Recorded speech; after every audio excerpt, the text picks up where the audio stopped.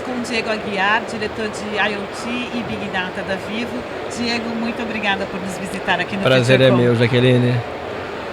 Diego, você estava dizendo no seu painel que rede privativa é um dos focos da Vivo, né?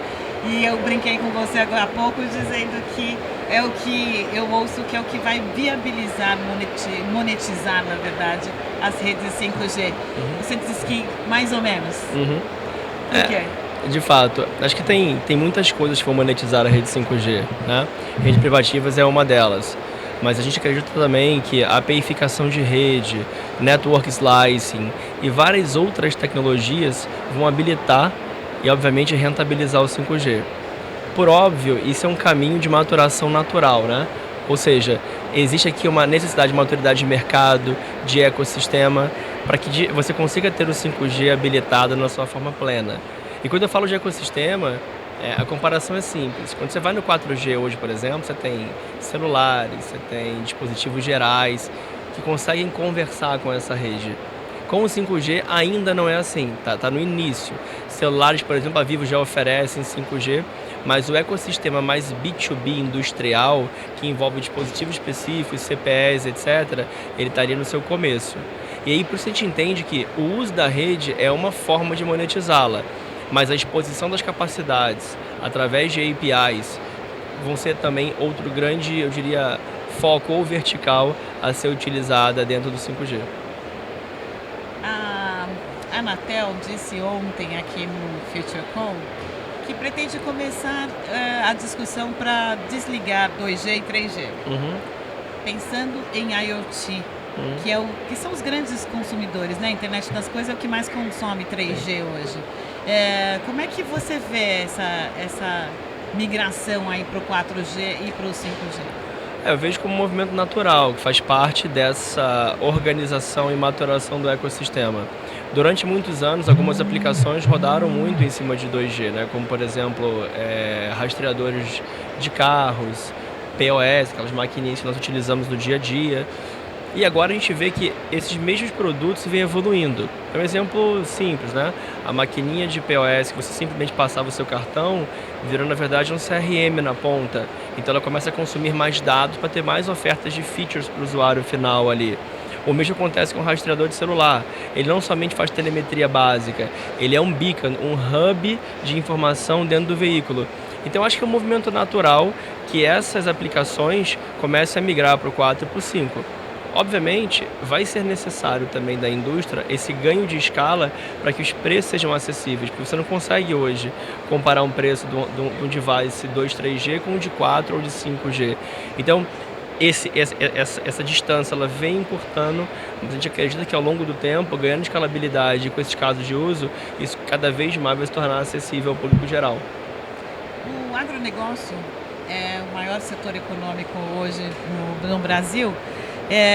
Tem adotado com mais robustez o conceito de internet das coisas, de conectividade, mas ainda tem muita dificuldade dependendo da região em que a empresa agro esteja instalada. Como é que você, como IoT na Vivo, está trabalhando para viabilizar a conectividade independente da localidade da empresa? Legal. E alguns pilares, na verdade, Jaqueline. E por que isso? Primeiro, a própria conectividade, né? Fazer a conectividade para o agro não é igual a fazer para a cidade. Porque as distâncias são muito maiores, a necessidade de criação de infraestrutura e transmissão, que nós chamamos aqui o backhaul e o backbone, ele acaba sendo maior, né? E quando a gente chega no cliente, existe ali uma série de coisas a serem avaliadas. Onde nós vamos instalar a antena, para que ele vai usar aquela rede e assim por diante. Então o primeiro ponto foi criar uma esteira dedicada para o agro, que entende essa necessidade. Então na equipe nossa de agro, por exemplo, eu tenho engenheiros agrícolas e agrônomos, que nos ajudam a direcionar um pouco a estratégia de como levar isso da melhor forma e falar a língua do produtor. O segundo ponto é, uma vez que eu tenho a conectividade, o que eu faço com ela? Aí entra a parte de ecossistema. Nós fomos uma das primeiras empresas, lá em 2017, a criar uma iniciativa focada nas startups do agro, chamado Agro IoT Lab. E dali a gente selecionou algumas startups, algumas delas nós investimos, e hoje fazem parte do nosso portfólio. Startups focadas somente no agronegócio. Então, para a gente é a construção de uma jornada. E nós atuamos hoje como esses orquestradores do ecossistema. Seja para o agro, para a indústria, mas que envolve a IoT na sua plenitude, né, com hardware, software, serviço, mas também agregando uma camada de dados, que de fato é o grande ativo gerado pelas coisas conectadas. Tá, e essa camada de dados é um negócio... É um negócio que a Vivo vai explorar? De fato, a gente tem hoje uma equipe dedicada de desenvolvedores muito focado em entender esses dados, analisá-los e transformar esses dados em insights estratégicos para os clientes. Mas mais do que isso, existe ali uma necessidade de aculturamento de como utilizar o dado. Tem muitas empresas hoje que têm aplicações diversas conectadas, gerando dados diversos também, mas que não são concentrados no único local. E isso se perde muitas vezes. Então o que a gente faz nesse dia a dia é organizar isso sendo uma assessoria especializada para esse nosso cliente. E as nossas plataformas hoje, onde nossos serviços são concentrados, já tratam dados, né, de maneira geral, sempre obviamente de acordo com a LGPD e as leis cabíveis, mas em especial transforma isso em um ativo estratégico. Ou seja, se eu tenho a máquina conectada, eu estou consumindo mais ou menos diesel, se eu tenho um trator, ele está ligado, parado, por quê? Então você vai condicionando aqueles dados para chegar ao final e ter uma eficiência operacional melhor. E essa é a grande ideia que a gente está desenvolvendo no dia a dia, independente da vertical. Mas aí a Vivo entra como uma consultoria, é um serviço de consultoria para o cliente, não? Não somente. Imagina uma jornada. A gente traz as soluções, discute o case de uso, faz uma cocriação com o cliente, implanta e depois você acompanha isso no dia a dia. Então é um pouco da cadeia fim a fim. E essa consultoria muitas vezes o cliente tem alguma base legada, os serviços legados, onde nós entramos para poder agregar valor a esses dados gerados do que ele já tem. E a partir dali concentra esse ecossistema em cima do cliente. Uma coisa que eu ouvi ontem em um dos painéis aqui é que o setor de operadoras de telecomunicações não inova. Uhum. E o que você está me dizendo aí é uma parte de inovação, né? Quanto que Vivo hoje investe em inovação, investe na sua área, por exemplo? Olha, a gente investe muito em inovação. E a verdade é que acho que o setor, não à toa, Vivo hoje não é mais uma empresa de telecomunicações, é uma empresa de tecnologia. Então, só para dar números gerais, só ano passado de investimento de expansão e capacidade da Vivo, 9,5 bilhões de reais. Desde a privatização, quase 500 bilhões de reais. Então, sim, tem muito investimento. Nos últimos 3 anos, Jaqueline, nós criamos 3 empresas focadas em tecnologia. Uma para cyber, uma para cloud e uma para IoT e Big Data. E mais recentemente, compramos uma nova empresa, que agora se chama Vivo Vita, né? Que traz para a gente uma capacidade de networking monstruosa. Se você olha os nossos resultados, nossas receitas com serviços digitais cresceram exponencialmente. Já passaram da casa dos 2 bilhões de reais. Ou seja, não é só telecom, é tecnologia. E muito do que a gente faz, na verdade, existe um peso muito grande, porque é uma responsabilidade levar para a ponta coisas bem estruturadas, que funcionem e que tornem o dia a dia do nosso cliente cada vez mais fácil. Porém, muitas vezes não é um trabalho tão visto, porque leva tempo, né? E diferente de muitas vezes onde trazem qualquer tipo de inovação, a gente prefere trabalhar com inovações relevantes. O que é inovação relevante? Aquilo que eu desenvolvo e que tem um retorno direto para o meu cliente em eficiência operacional. Se eu consigo justificar esse investimento e tem esse retorno, eu abro um espaço para muitas outras coisas. Então a gente discute hoje muito menos feira de ciência e muito mais aplicação prática ligada à inovação. Pensando nesse tema, Diego, quanto nós evoluímos em 23 e quais são as tendências para 24? Nós evoluímos em muitas coisas, né? Acho que na maturação da rede 5G, na expansão de novas capacidades, na chegada de novos dispositivos e novos entrantes para poder explorar esse mercado, o crescimento e a criação de novas startups focadas mais em tecnologias ligadas ao 5G. Mas eu acho que 2024, talvez para a gente, seja o ano da APIificação dessa rede 5G.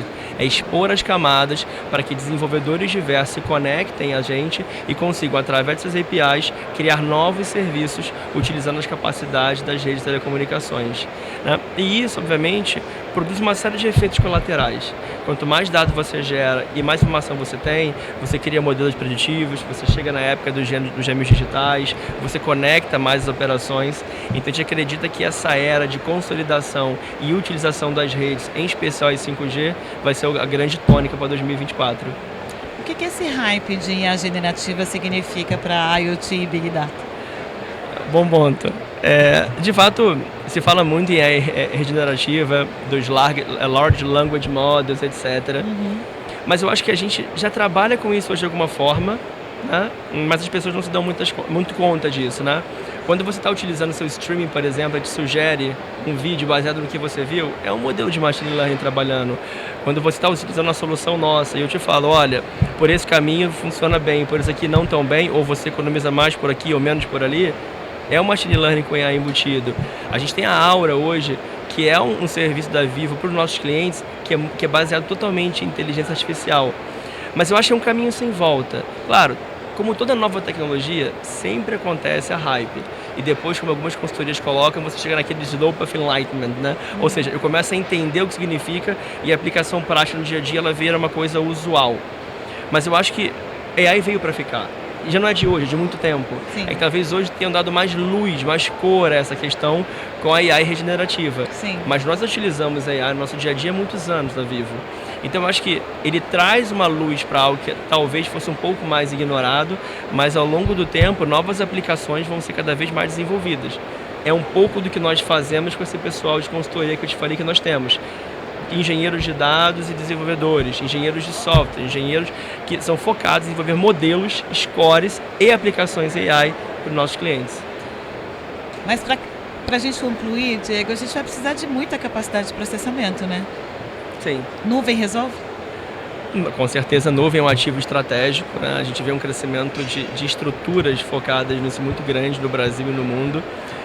Mas a gente vê também um pouco desse processamento indo mais para a borda. Dependendo da aplicação, vai ser necessário e exigido isso. Então, sim, resolve. Como eu te falei, a gente tem uma empresa focada só em cloud, então a gente consegue organizar esse ecossistema de cloud e oferecer para o cliente as melhores soluções, mas em especial, explicando um pouquinho como é que ele pode utilizar isso no dia a dia. Só que tem um ponto, não é só a cloud, existe uma preconcepção na hora do desenvolvimento do código. Se você industrializa demais, usando seu desenvolvimento, os códigos saem funcionando, mas talvez não otimizados. É a preocupação que a gente tem quando lida com IoT. Eu tenho que gerar códigos e aplicações que sejam eficientes, não só para operação, mas também na utilização da minha cloud e da minha infraestrutura para suportar esses dados. Muito bom. Nós conversamos com o Diego Aguiar, da Vivo. Teríamos uma conversa aqui da tarde toda, mas eu sei que seus horários estão super complicados. Muito obrigada por estar conosco, Diego. Eu que agradeço, Jaqueline. Foi um prazer, viu? Obrigado. Obrigada.